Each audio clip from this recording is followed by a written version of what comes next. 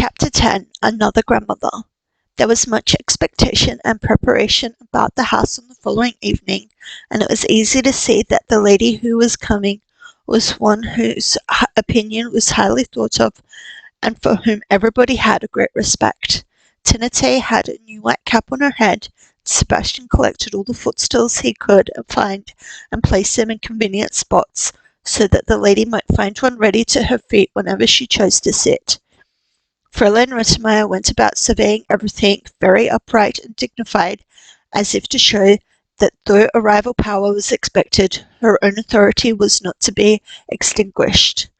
And now the carriage came driving up to the door, and Tinete and Sebastian ran down the steps, followed with a slower and more stately step by the lady, who advanced to greet the guest. Heidi had been sent up to her room and ordered to remain there until called down, as the grandmother would certainly like to see Clara alone flow. Heidi had been sent up to her room and ordered to remain there until called down, as the grandmother would certainly like to see Clara alone first. Heidi sat herself down in a corner and repeated her instructions over to herself.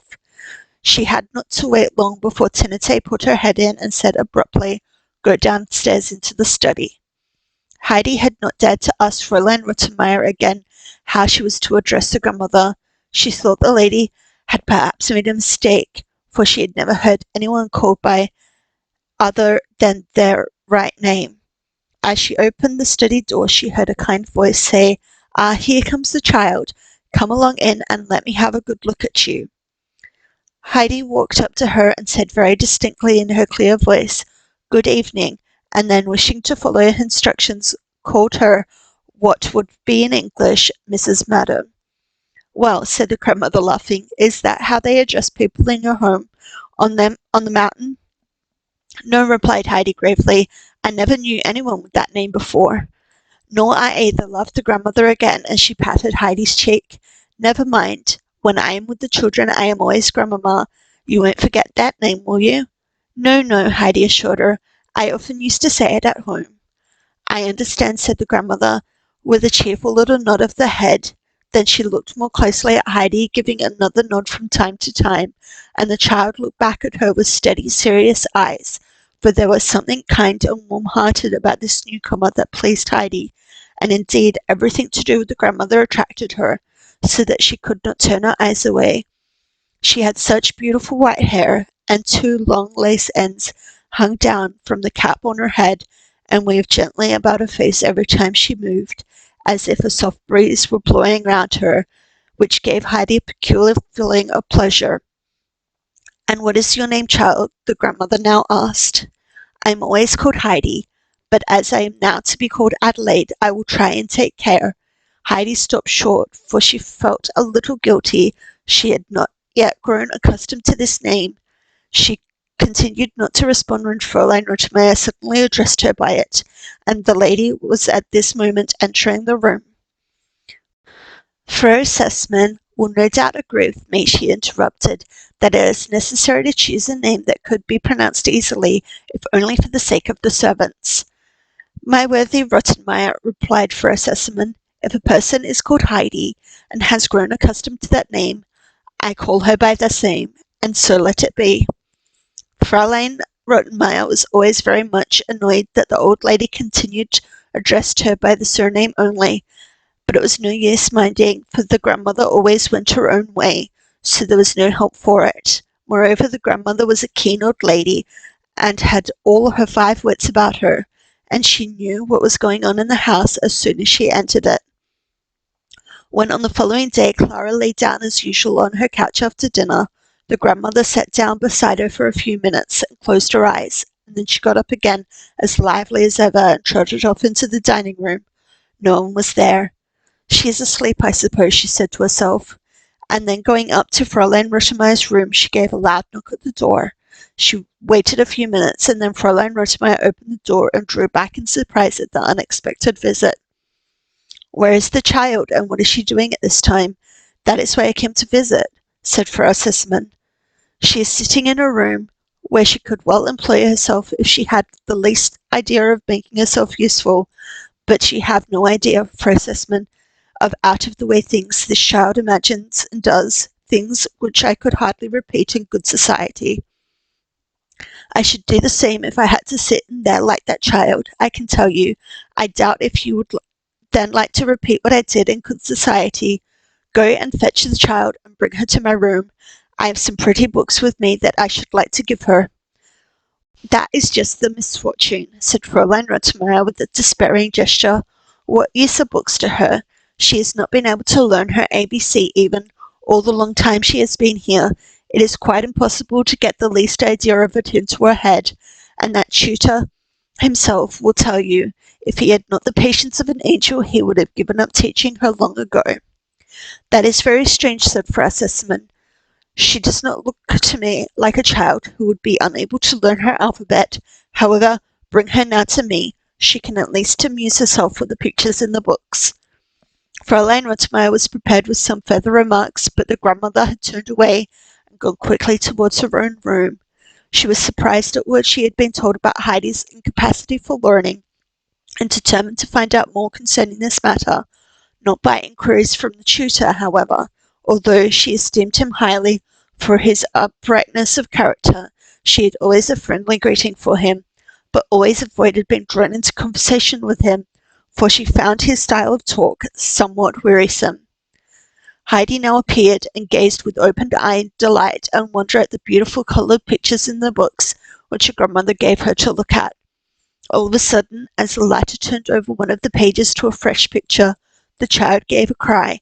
For a moment or two she looked at it with brightening eyes, then the tears began to fall, and at last she burst into sobs. The grandmother looked at the picture. It represented a green pasture full of young animals, some grazing and others nibbling at the shrubs. In the middle was a shepherd, leaning upon his staff and looking on at his happy flock. The whole scene was bathed in a golden light, for the sun was just sinking below the horizon. The grandmother laid her hand kindly on Heidi's. Don't cry, dear child, don't cry, she said. The picture has reminded you perhaps of something, but see, there is a beautiful tale to the picture, which I will tell you this evening, and there are other nice tales of all kinds to read and to tell again. But now we must have a little talk together, so dry your tears and come and stand in front of me, so that I may see you well. There now, we are happy again. But it was some little time before Heidi could overcome her sobs. The grandmother gave her time to recover herself, saying cheering words to her now and then. There, it's all right now, and we are quite happy again. When at last she saw Heidi was growing calmer, she said, Now I want you to tell me something. How are you getting on in your school time? Do you like your lessons? And have you learnt a great deal? Oh no, replied Heidi, sighing. But I knew beforehand it was not possible to learn. What is it you think impossible to learn? Why, to read, it is too difficult. You don't say so, and who told you that? Peter told me he knew all about it, for he had tried and could not learn it. Peter must be a very odd boy then. But listen, Heidi, we must not always go by what Peter says. We must try for ourselves. I'm certain that you did not give all your attention to the tutor when he was trying to teach you your letters. It's of no use, said Heidi in a tone of one who was ready to endure what could not be cured. Listen to what I have to say, continued the grandmother. You have not been able to learn your alphabet because you believe what Peter said. Now you must believe what I tell you, and I tell you that you can learn to read in a very little while, as many other children do, who are made like you and not like Peter. Now hear what comes after. You see the picture with the shepherd and the animals. Well, as soon as you are able to read, you shall have that book for your own, and then you will know all about the sheep and the goats and what the shepherd did, and the wonderful things that happened to him, just as if someone were telling you the whole tale. You will like to hear about all that, won't you? Heidi had listened with eager attention to the grandmother's words, and now with a sigh exclaimed, Oh, if only I could read now! It won't take you long now to learn, that I can see, and now we must go down to Clara, bring the books with you, and hand in hand the two returned to the study. Since the day when Heidi had so longed to go home, and Fräulein Rottenmeier had met her and scolded her on the steps, and told her how wicked and ungrateful she was to try and run away, and what a good thing it was that Herr Sesselmann knew nothing about it, a change had come over the child. She had at last understood that day that she could not go home when she wished, as Didi had told her, but that she would have to stay on in Frankfurt for a long, long time, perhaps forever. She had also understood that Herr Sussman would think it ungrateful of her if she wished to leave, and she believed that the grandmother and Clara would think the same. So there was nobody to whom she dared confide her longing to go home, for she would not for the world have given the grandmother, who was so kind to her, any reason for being as angry with her as Fräulein Rottenmeier had been. But the weight of trouble on the little heart grew heavier and heavier. She could no longer eat her food, and every day she grew a little paler.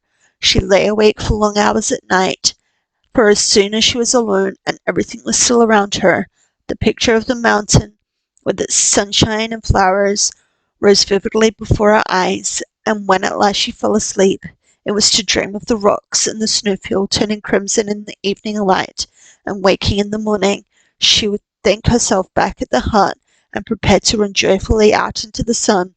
And then there was her large bed, and here she was in Frankfurt, far, far away from home, and Heidi would often lay her face down on the pillow and weep long and quietly so that no one might hear her. Heidi's unhappiness did not escape the grandmother's notice.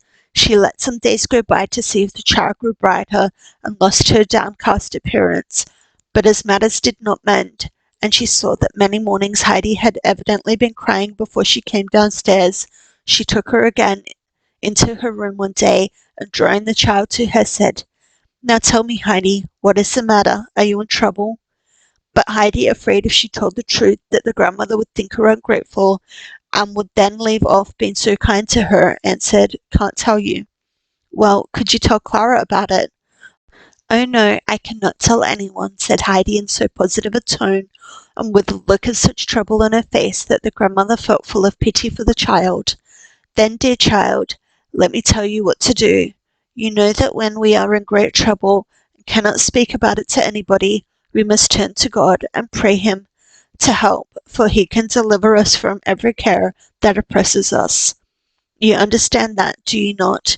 You say your prayers every evening to the dear God in heaven, and thank Him for all He has done for you, and pray Him to keep you from all evil, do you not?" "No, I never say any prayers," answered Heidi. "Have you never been taught to pray, Heidi? Do you not even know what it means?" "I used to say prayers with the first grandmother, but that is a long time ago, and I have forgotten them." "That is the reason, Heidi, that you are so unhappy, because you know no one who can help you. Think what a comfort it is when the heart is heavy with grief to be able at any moment to go and tell everything to God, and pray Him for the help that no one else can give us, and He can help us and give us everything that will make us happy again." A sudden gleam of joy came into Heidi's eyes. "May I tell him everything? Everything?" "Yes, Heidi, everything." Heidi drew her hand away, which grandmother was holding affectionately between her own, and said quickly, "May I go?" "Yes, of course," was the answer, and Heidi ran out of the room into her room, and sitting herself on a stool, folded her hands together and told God about everything that was making her so sad and unhappy, and begged Him earnestly to help her and to let her go home to grandfather. It was about a week after this time that the tutor asked for Sesamen's permission for an interview with her, for as he wished to inform her of a remarkable thing that had come to pass. So she invited him to her room, and as he entered, she held out her hand in greeting, and pushing a chair towards him, "I am pleased to see you," she said. "Pray sit down and tell me what brings you here. Nothing bad, no complaints, I hope." "Quite the reverse," began the tutor. "Something has happened that I had given up hoping for, and which no one, knowing what has gone before, could have guessed, for, according to all expectations, that which has taken place could only be looked upon as a miracle, and yet it really has come to pass in a most extraordinary manner, quite contrary to all that one could anticipate." "Has the child Heidi really learnt to read at last?" put in Frau Sesemann. The tutor looked at the lady in speechless astonishment. At last he spoke again.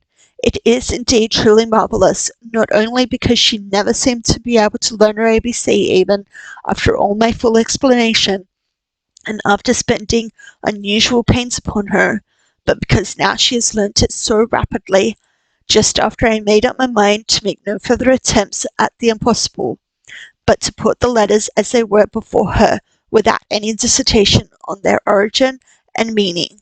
And now she has, as you might say, learnt her letters overnight and started at once to read correctly, quite unlike most beginners. And it is almost as astonishing to me that you should have guessed such an unlikely thing. Many unlikely things happen in life, said Frau Sussman with a pleased smile. Two things coming together may produce a happy result, as for instance, a fresh zeal for learning and a new method of teaching, and neither does any harm. We can but rejoice that the child has made such a good start and hope for a future progress. After parting with the tutor, she went down to the study to make sure of the good news.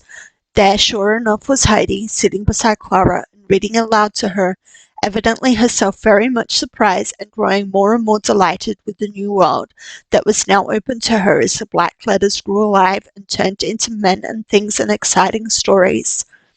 That same evening, Heidi found the large book with the beautiful pictures lying on her plate when she took her place at the table, and when she looked questioningly at the grandmother, the latter nodded kindly to her and said, "Yes, it's yours now." "Mine to keep always, even when I go home?" said Heidi, blushing with pleasure. "Yes, of course, yours forever," the grandmother assured her. "Tomorrow we will begin to read it." "But you are not going home yet, Heidi." "Not for years," put in Clara. "When grandmother goes away, I shall want you to stay on with me."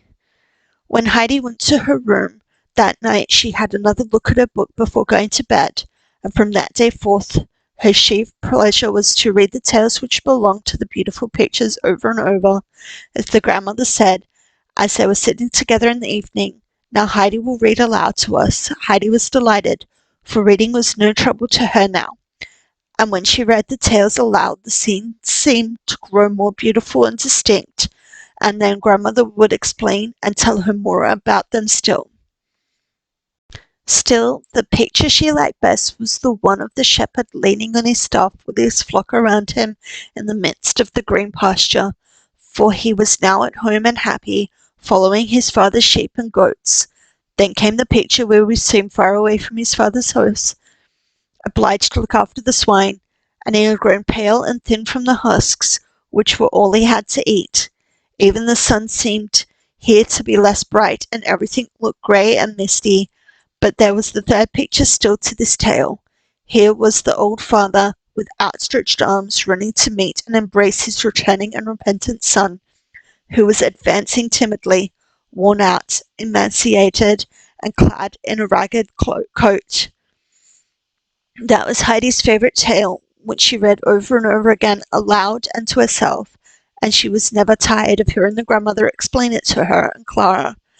But there were other tales in the book besides, and what with reading and looking at the pictures, the days passed quickly away, and the time drew near for the grandmother to return home.